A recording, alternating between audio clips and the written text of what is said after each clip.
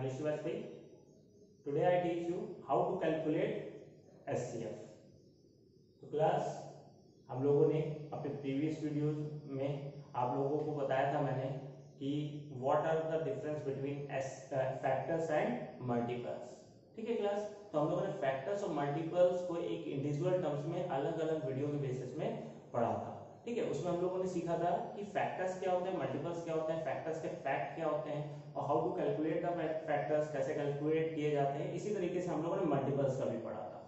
आज उसी सीरीज में हम लोग आगे बढ़ते हैं और इन फैक्टर्स और मल्टीपल्स का यूज जो हमारी आगे की क्लास में है वो क्या है कि इसी बेसिस में हम लोग फाइंड करते हैं एचसीएफ और एलसीएम.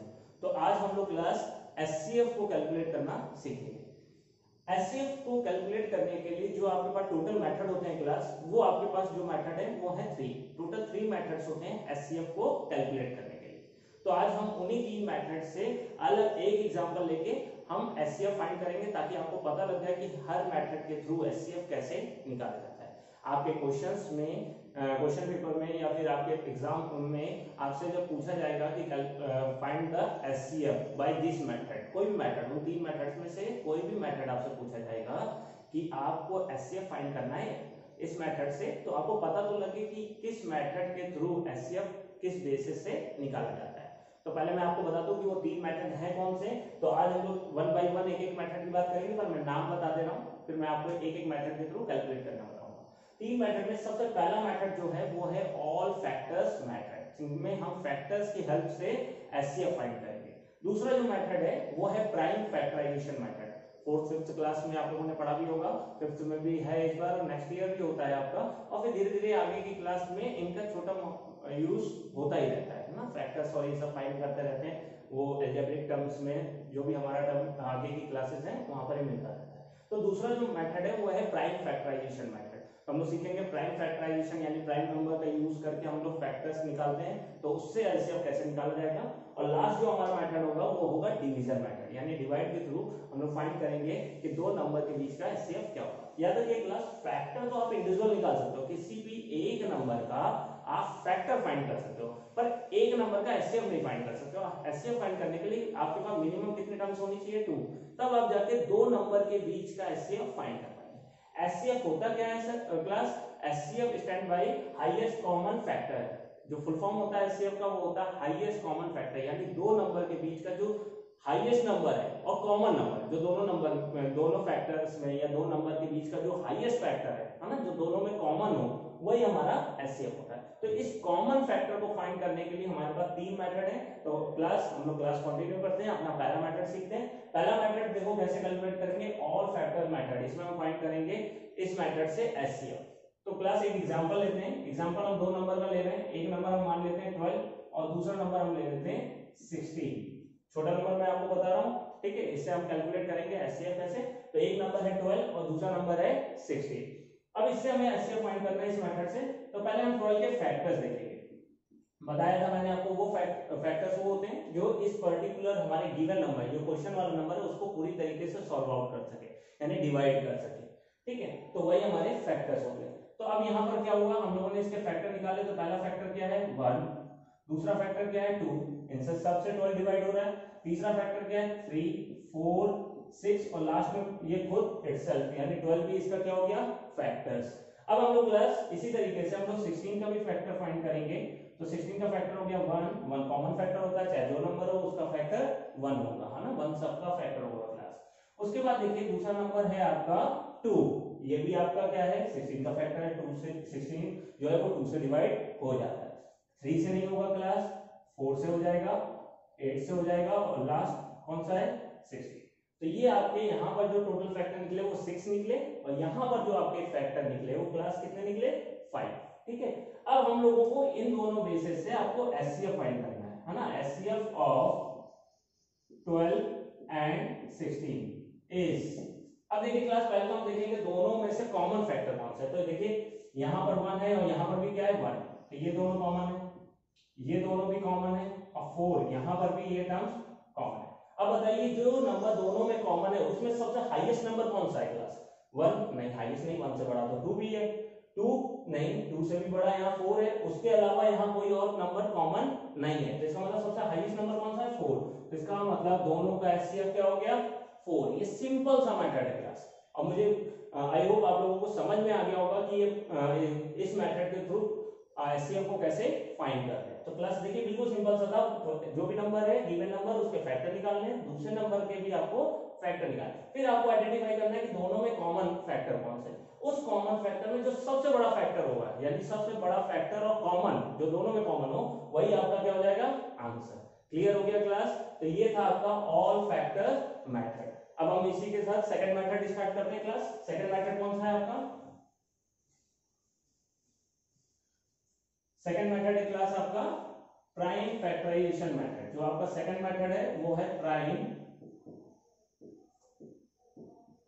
फैक्टराइजेशन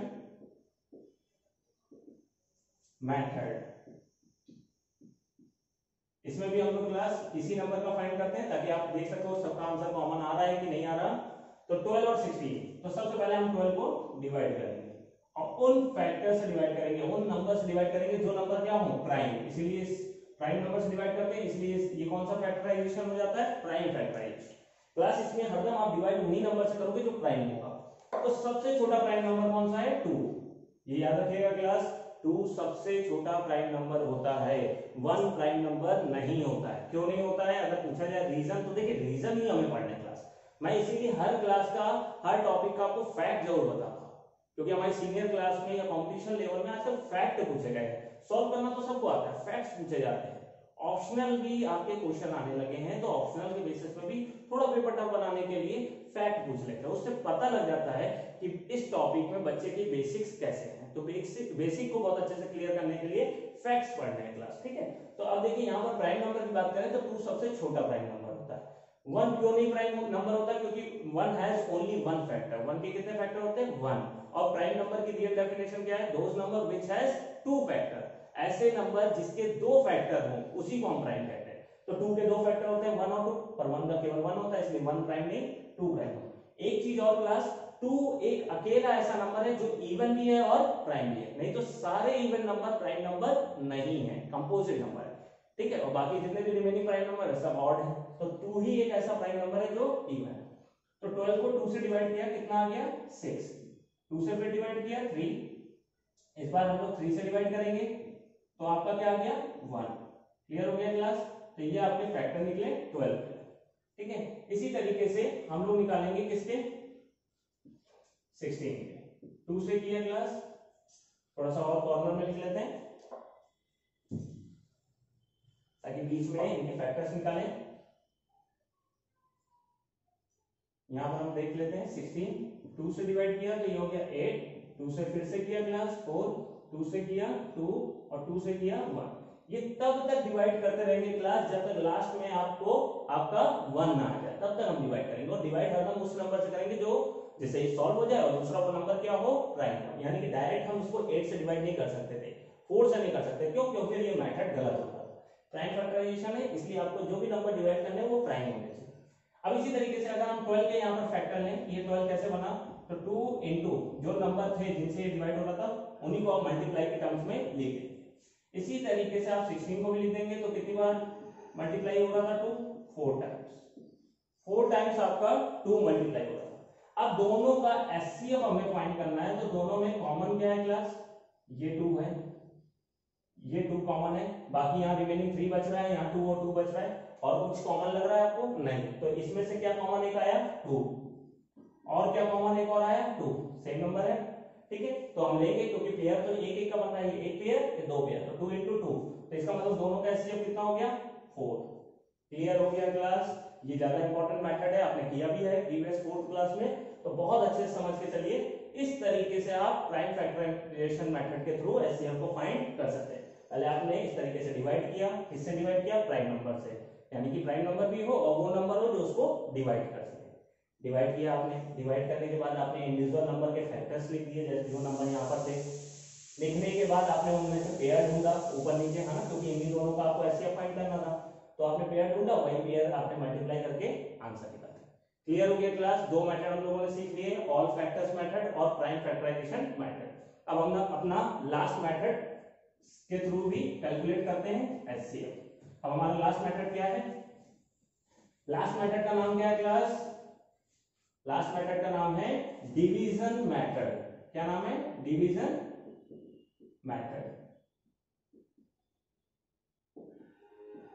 अब इस डिवीजन मेथड के थ्रू भी हम कैलकुलेट करेंगे अपना एचसीएफ। अब क्या हुआ क्लास, इन दोनों में जो छोटा नंबर होगा क्लास, ये याद रखिएगा, जो छोटा नंबर होगा वो होगा आपका डिवाइजर और जो बड़ा नंबर होगा वो होगा आपका डिविडेंड। ठीक है, आपको डिवाइड करना है क्योंकि डिवीजन वर्ड आया, डिवाइड के बेसिस में होगा। तो यहाँ 12 और 16 आपस में एक दूसरे को डिवाइड करेंगे। तो हमने क्या किया, जो छोटा नंबर है वो डिवाइजर हो गया, जो बड़ा नंबर है वो डिविडेंड, यही लेना है क्लास। ठीक है, उसके बाद छोटे को हरदम डिवाइजर, बड़े को डिविडेंड।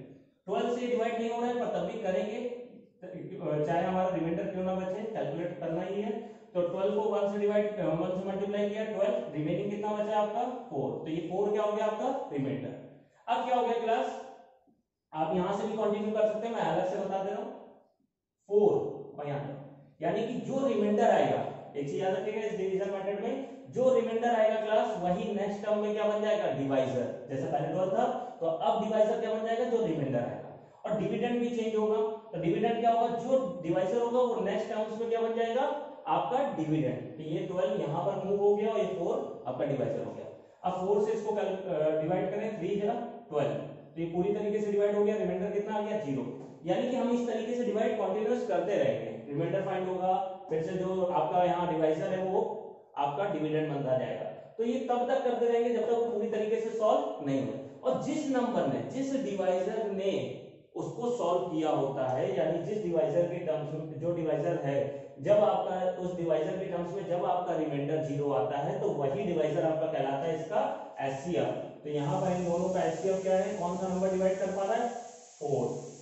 क्लियर हो गया क्लास, समझ में आ गया आप लोगों को? तो ये 3 मेथड हैं जिनके थ्रू आपको क्या फाइंड करना है, एचसीएफ। अब इसी में एक बड़ा नंबर ले लेते हैं। ठीक है, इसी डिवीजन मेथड को मैं एक बार और समझा देता हूं, थोड़ा सा बड़ा नंबर लेते हैं क्लास। बड़े नंबर में एक नंबर हम लोग ले लेते हैं क्लास 64 और एक ले लेते हैं 144। ठीक है, इन दोनों के थ्रू डिवाइड करते हैं, इनके आपको फैक्टर मेथड और प्राइम फैक्टराइजेशन मेथड को सॉल्व करना है। ठीक है क्लास, हम डिवीजन मेथड को करते हैं। छोटा नंबर क्या था 64 और यहाँ पर हो गया 144। ठीक है, अब 64 2 या कितना हो गया क्लास 128। ठीक है, अब 128 किया था, 14 में ऐड किया कितना बचा 6, यहाँ 13 में 12 किया कितना बचा 16 आ रहा है क्लास। यही रिमाइंडर नेक्स्ट बार का क्या बन जाएगा आपका डिवाइजर, और जो डिवाइजर था वही क्या बन जाएगा आपका डिविडेंड। तो 16 4 जा 64, रिमाइंडर 0। तो इसका मतलब एचसीएफ कितना हो गया आपका, क्लियर हो गया क्लास। अब आप जरा प्राइम फैक्टराइजेशन मेथड और फैक्टर मेथड से देखिए यही आंसर आ रहा है कि नहीं। अगर आ रहा है तो इसका मतलब आप बिल्कुल अच्छे से समझ गए। तो आई होप आपको क्लियर हो गया होगा एचसीएफ किस बेसिस में फाइंड किया जाता है, उसके कौन कौन से मेथड होते हैं, और हर मेथड में हमें कैसे वर्क करना है या कैसे फंक्शन करना है, क्या प्रोसेस करना है जिससे हम अपने आंसर को फाइंड कर सके। अब हम इस चैनल को सब्सक्राइब कर दीजिएगा, लाइक कर दीजिएगा और शेयर भी कर दीजिएगा ताकि दूसरों को भी ये मेथड समझ में आ जाए एचसीएफ फाइंड करने का। और हम लोग इसी में कंटिन्यू करके आपको कुछ एचसीएफ के पहले फैक्ट बताएंगे और फिर हम लोग सीखेंगे एलसीएम को कैलकुलेट करना। Thank you class.